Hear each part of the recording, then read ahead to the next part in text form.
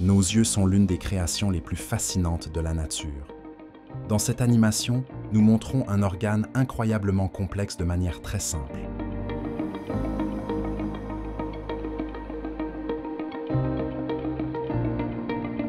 Les yeux sont un organe sensoriel important pour nous, qui sert à percevoir les stimuli lumineux de l'environnement. Comme les yeux sont mous et vulnérables, ils sont bien protégés dans le crâne dur.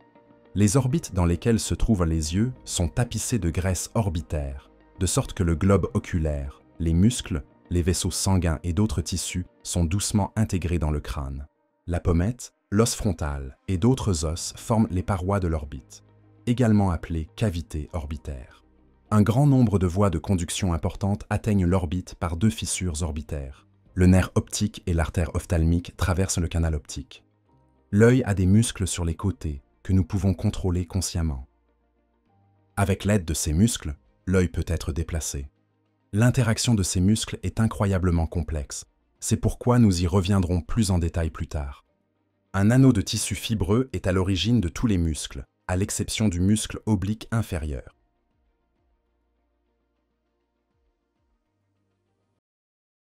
La sclère, également appelée sclérotique, est la couche externe du globe oculaire.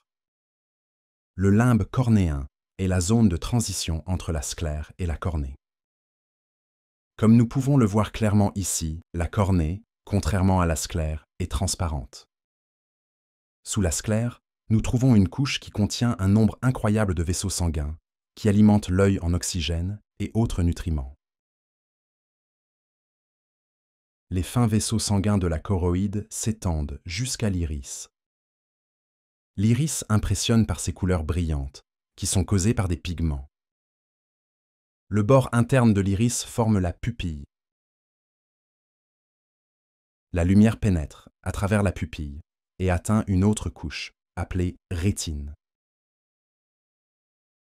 Dans cette couche se trouvent des cellules photoréceptrices qui convertissent la lumière en impulsions nerveuses. Ces impulsions nerveuses sont transmises au cerveau à l'aide du nerf optique. La zone de transition entre la rétine et le corps ciliaire est appelée ora serrata. Les fibres zonulaires, qui sont également attachées au procès ciliaire, proviennent de l'ora serrata. Ces zonules sont également reliées au cristallin, qui peut alors être déformé.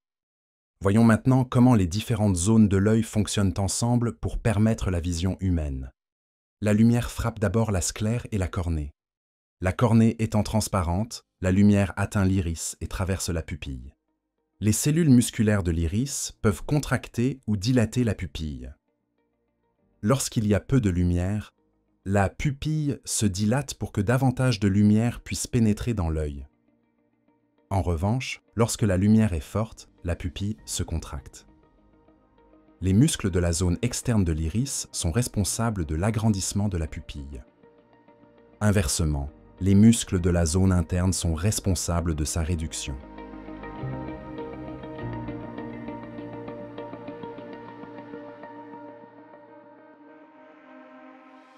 Les muscles de l'iris sont contrôlés par certaines cellules nerveuses du cerveau. Dès que la lumière atteint les photorécepteurs situés dans la rétine, comme les cellules ganglionnaires photosensibles de la rétine, des signaux électriques sont transmis aux cellules cérébrales via le nerf optique. Les cellules nerveuses du cerveau traitent les informations et transmettent ensuite des signaux électriques aux muscles de la pupille via des fibres nerveuses. Les muscles de la pupille se contractent ou se relâchent en raison de ces signaux électriques. Cela permet de régler la taille optimale de la pupille. La rétine est également responsable de notre capacité à voir. La fovea est considérée comme le point central de la rétine, avec l'acuité visuelle la plus élevée. À droite de la fovea, nous voyons comment le nerf optique atteint la rétine. Cette zone est appelée papille optique. La couche supérieure de la rétine est la membrane limitante interne, qui se compose principalement de cellules de Müller. Les cellules gliales de Müller ont diverses tâches et traversent toutes les couches de la rétine. Les fibres nerveuses qui envoient des signaux électriques au cerveau sont intégrées dans les cellules gliales de Müller et directement sous la membrane limitante interne.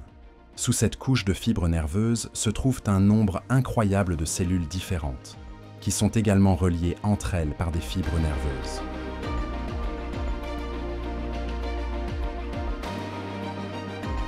Les cellules les plus importantes pour la vision sont profondément ancrées dans la rétine, les cônes et les bâtonnets. Ils sont les photorécepteurs les plus importants et les plus courants de l'œil humain. Comme mentionné précédemment, ils sont profondément ancrés dans la rétine et sont surmontés de nombreuses cellules. Pour cette raison, la lumière doit pénétrer toutes les couches de la rétine avant d'atteindre ces photorécepteurs.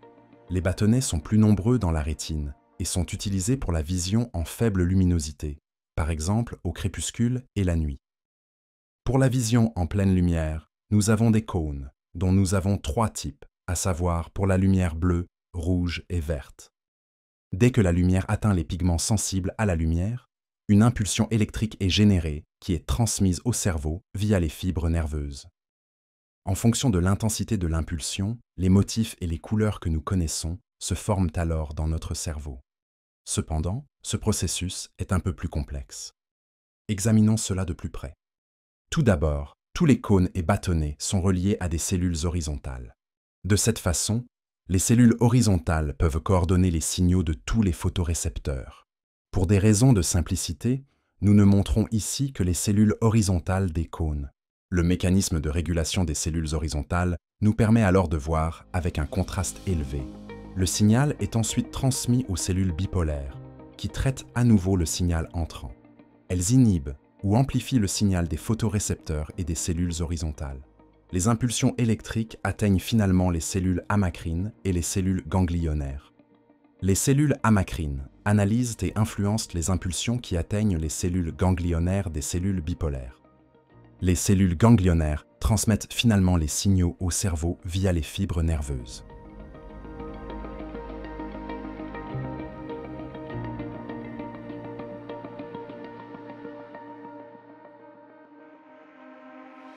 Les cônes et les bâtonnets ne sont pas répartis uniformément sur la rétine. Il y a de nombreux cônes au centre de la rétine. Cette zone est appelée macula lutea. Au centre de cette macula se trouve la fovea, qui présente la plus forte densité de cônes. C'est pour cette raison que c'est la zone où l'acuité visuelle est la plus élevée. Les bâtonnets, qui nous permettent de voir dans des conditions de faible luminosité, ne se trouvent pas dans la fovea. La zone où le nerf optique rencontre la rétine s'appelle la tache aveugle, et nous n'y trouvons ni bâtonnets ni cônes. C'est pourquoi nous sommes en fait aveugles dans cette zone.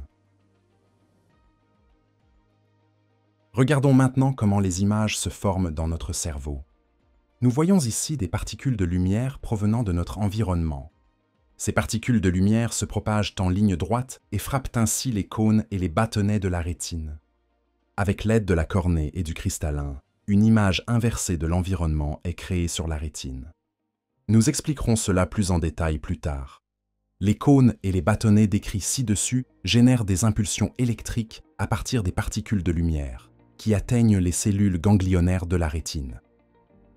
Les cellules ganglionnaires des deux moitiés droites de l'œil sont reliées à la moitié droite du cerveau par les fibres nerveuses. Grâce aux fibres nerveuses, les cellules ganglionnaires de la moitié droite de l'œil transmettent les signaux à la moitié droite du cerveau et les cellules ganglionnaires de la moitié gauche de l'œil à la moitié gauche du cerveau.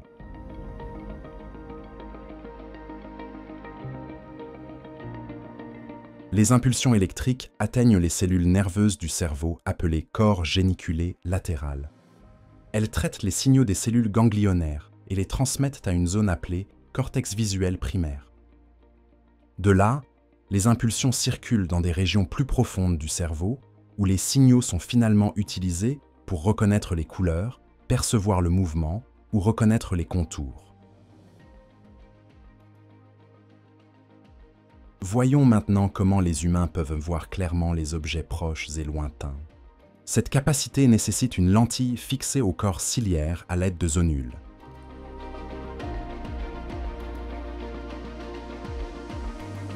Le corps ciliaire possède des muscles qui peuvent déplacer le corps ciliaire et donc les zonules. Lorsque les muscles se contractent, le cristallin peut se détendre et revenir à sa forme initiale. Lorsque les muscles se relâchent, il est tiré vers l'extérieur et s'élargit. Le cristallin peut se déformer de cette façon et est ainsi capable de réfracter la lumière entrante à des degrés divers.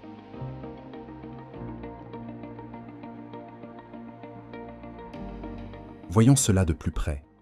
Les rayons lumineux atteignent l'œil et sont d'abord réfractés par la cornée transparente, ce qui les fait changer légèrement de direction. Ces rayons lumineux frappent ensuite le cristallin, ce qui les fait changer à nouveau de direction et finalement frapper la rétine. Comme nous pouvons le voir, les rayons lumineux frappent la rétine en sens inverse, créant une image à l'envers.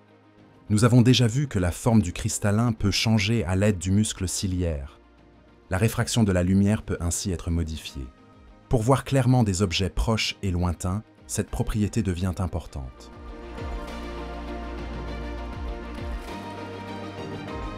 Lorsque la lumière du soleil frappe le même point d'un objet depuis toutes les directions imaginables, les rayons lumineux sont réfléchis par la surface et atteignent ensuite l'œil, et donc la rétine. Dans ce cas, une petite zone dans l'environnement doit correspondre à une petite zone sur la rétine. Dès que l'objet s'éloigne de l'œil, nous voyons que la lumière se répartit sur une grande surface de la rétine. Si l'objet se rapproche à nouveau de l'œil, un seul point apparaît à nouveau sur la rétine. La raison en est le changement de l'angle sous lequel les rayons lumineux frappent la cornée et finalement le cristallin. On voit clairement ici comment l'angle des rayons lumineux change pour les objets proches et éloignés. Les humains ont un cristallin pour pouvoir voir clairement les objets éloignés. Comme nous l'avons déjà expliqué, ce cristallin est capable de changer de forme et peut donc influencer la réfraction de la lumière. C'est ainsi que le point focal se trouve directement sur la rétine. On peut donc dire ce qui suit. Pour les objets éloignés, le muscle ciliaire se relâche et le cristallin devient plus grand. Pour les objets proches, le muscle ciliaire se contracte et le cristallin devient plus petit. Il existe cependant aussi des situations dans lesquelles le globe oculaire est déformé. Si le globe oculaire est trop long, le point focal se trouve devant la rétine. Et si le globe oculaire est trop court, le point focal se situe derrière la rétine.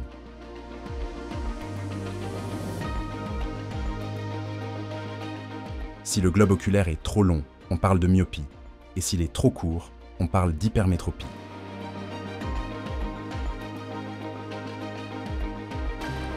En cas d'hypermétropie, le cristallin ne peut plus se réduire, ce qui donne une image floue. Si l'objet s'éloigne davantage, l'image devient nette. Si l'objet s'éloigne encore plus de l'œil, l'image devient à nouveau floue, mais le cristallin peut s'élargir, ce qui rend l'image à nouveau nette.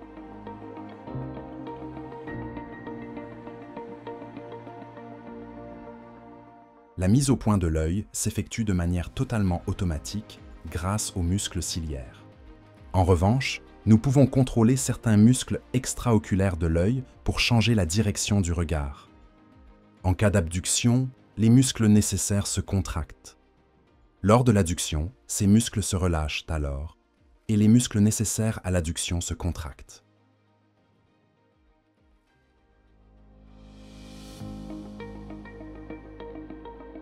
Voici un aperçu de l'abduction et de l'adduction d'en haut.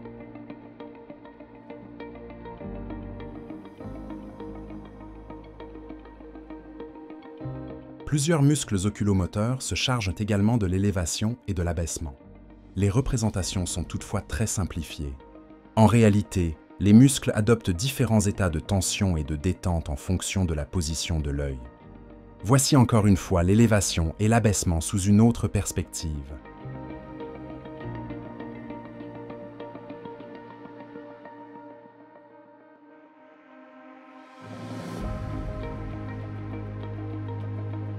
Si nous penchons un peu la tête sur le côté, l'œil se tourne vers l'extérieur ou vers l'intérieur.